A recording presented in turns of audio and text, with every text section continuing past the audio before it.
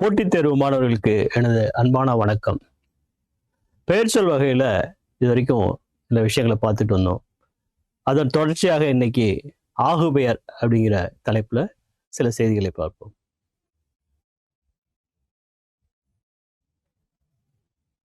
ஆகு பெயர் ஒன்றன் பெயர் அதனை நேரடியாக குறிக்கப்படாமல் அதனோடு தொடர்புடைய மற்றொரு பொருளுக்கு பெயராக ஆகி வருமேயானால் அதனை ஆகு பெயர் என்கிறோம். என்ன அதன் விளக்கம் என்னன்னா,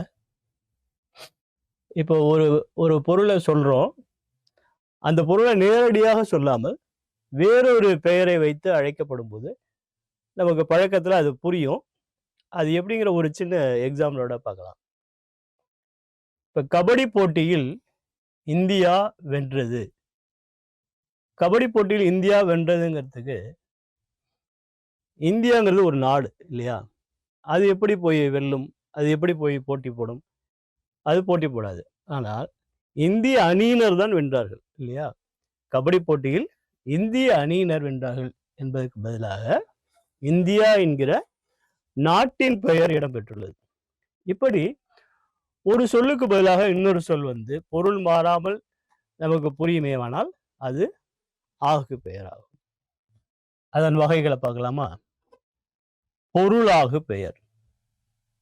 இதுக்கு இன்னொரு பெயர் வந்து முதலாகு பெயர். குறிப்பு பாருங்க. ஒரு முழு பொருள் முதல் என்றும் அதன் உறுப்புகள் சினை என்றும் அழைக்கப்படுகின்றன. இப்போ ஒரு தாவரம் இருக்கு, இல்ல மனிதன் இருக்கா, ஒரு விலங்கு இருக்குன்னு வச்சுங்களேன்.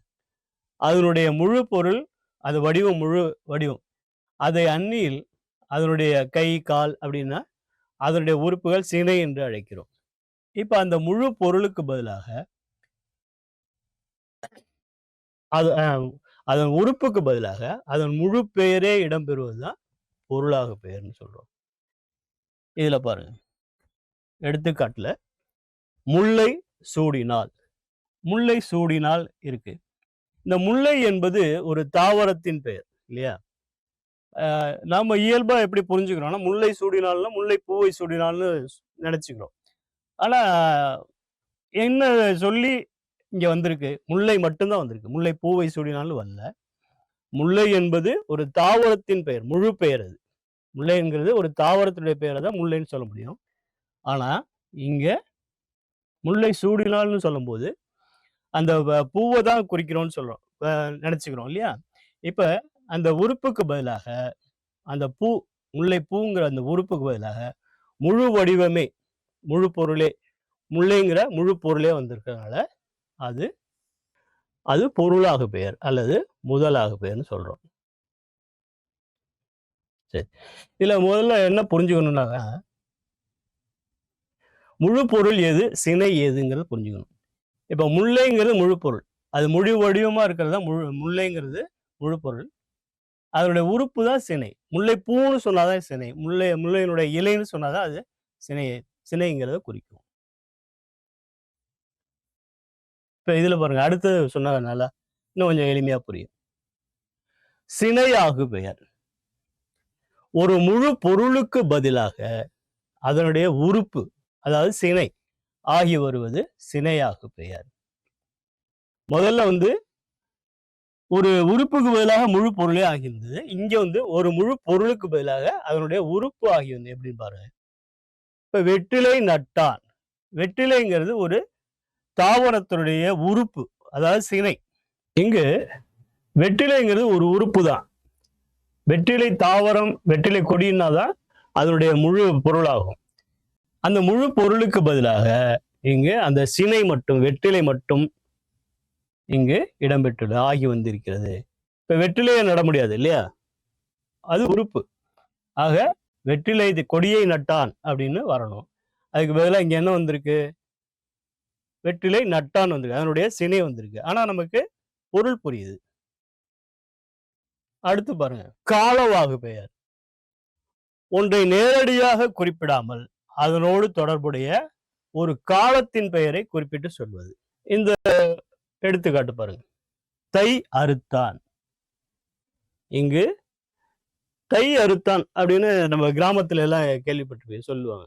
ஆடி விதைத்தான் அப்படின்னு சொல்லுவாங்க. ஆடி மாதத்துல உள்ள பயிரை விதைத்தான் அர்த்தம். தை அறுத்தான்னா தை மாதத்தில் உள்ள பொருளை அல்லது பயிரை அறுத்தான்னு சொல்லலாம். அது விளக்கம் நமக்கு நமக்கு எளிமையா புரிஞ்சுக்க முடியும். இங்க தை மாதம் விளைந்த பயிரை அறுத்தான் என்பதற்கு பதிலாக அதனோடு தொடர்புடைய காலத்தின் பெயர் ஆகி வந்துள்ளது. இப்ப சாதாரணமா கிராமத்துல சொல்லுவாங்க, சம்பா நட்டேன், தாளடி அறுத்தேன் அப்படின்லாம் சொல்லுவாங்க இல்லையா? அப்ப ஒரு காலத்தை குறிப்பிட்டு சொல்றாங்க. ஆனா அதுக்கு என்ன பொருள்? அதனுடைய அந்த காலத்தின் தொடர்புடைய பயிர்ன்னு தான் அதுக்கு ஒரு பொருள். இப்படி ஏதேனும் ஒரு பயிருக்கு பதிலாக அல்லது வேறொரு செய்கைக்கு பதிலாக அதனுடைய மாதம், அதனுடைய தொடர்புடைய மாதம் வந்தால் அல்லது காலத்தின் பெயர் ஆகி வந்தால் அதுக்கு பெயர் காலவாகு பெயர். அடுத்தது தொழிலாகு பெயர். தொழில்னா இங்க வந்து தச்சர், வேற ரிக்ஷா ஓட்டும் அந்த மாதிரி தொழில்லாம் கிடையாது. தொழில்னா இங்க வந்து ஒரு வினையை சார்ந்த செயல்பாடு. எடுத்துக்காட்டு, பொங்கல் உண்டான். இப்போ பொங்கல் உண்டானா நமக்கு என்ன எளிமையா புரிஞ்சுக்கிறோம்னா, பொங்கல் ஒரு உணவு, அதை சாப்பிட்டான்ங்கிற பொருள் தான் அதுக்கு. ஆனா இங்க இலக்கண ரீதியா பார்க்கும்போது இந்த பொங்கல் அப்படிங்கிற வார்த்தை வந்து ஒரு தொழில் பெயர். பொங்குதல் அப்படிங்கிற ஒரு வினை, இப்ப அது வினையினுடைய தொடர் செயல்பாடு. இங்கு பொங்கப்பட்ட ஒரு உணவு பொருளுக்கு பதிலாக பொங்கல் என்கிற செயல்பாடு தான் ஆகி வந்துள்ளது. நம்ம என்ன ஒரு செயல்பாடையே வந்து தொழில் பெயரே வந்து உணவுக்கு பெயரா வச்சுட்டோம். அதனாலதான் இங்க இது வந்து தொழில் ஆகு பெயரா இங்க வந்திருக்கு.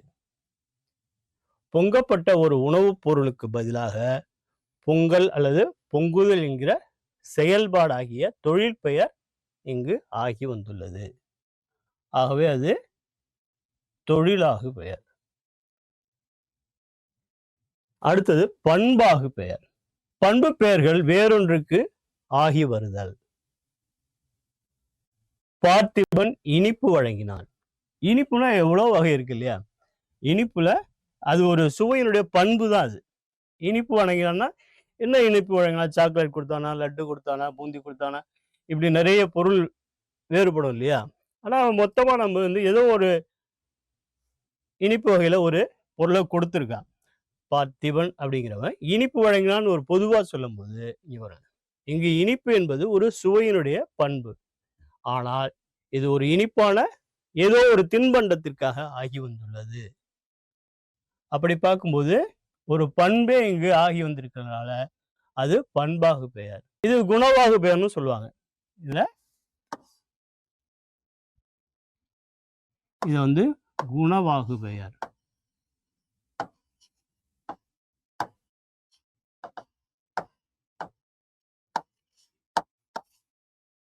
ஏதோ ஒரு குணத்தை குறிக்கிறதுனால அது குணவாகு பெயர்னு சொல்லுவாங்க. அடுத்தது கருவியாகு பெயர். ஒன்றனுக்கு பதிலாக அதனோடு தொடர்புடைய கருவியே ஆகி வருதல். இவன் கண்ணனின் குழல் கேட்டேன் அப்படின்னு நமக்கு பொருள் புரிஞ்சிடும். கண்ணனுடைய புல்லாங்குழலுடைய ஓசையை கேட்டேன்கிறது அது பொருள். ஆனா அப்படி விளக்கமா இங்க சொல்லப்படல. கண்ணனுடைய புல்லாங்குழலில் இருந்து வருகின்ற அந்த இசையை நான் கேட்டேன் அப்படிங்கிற விளக்கம் இங்க வரல.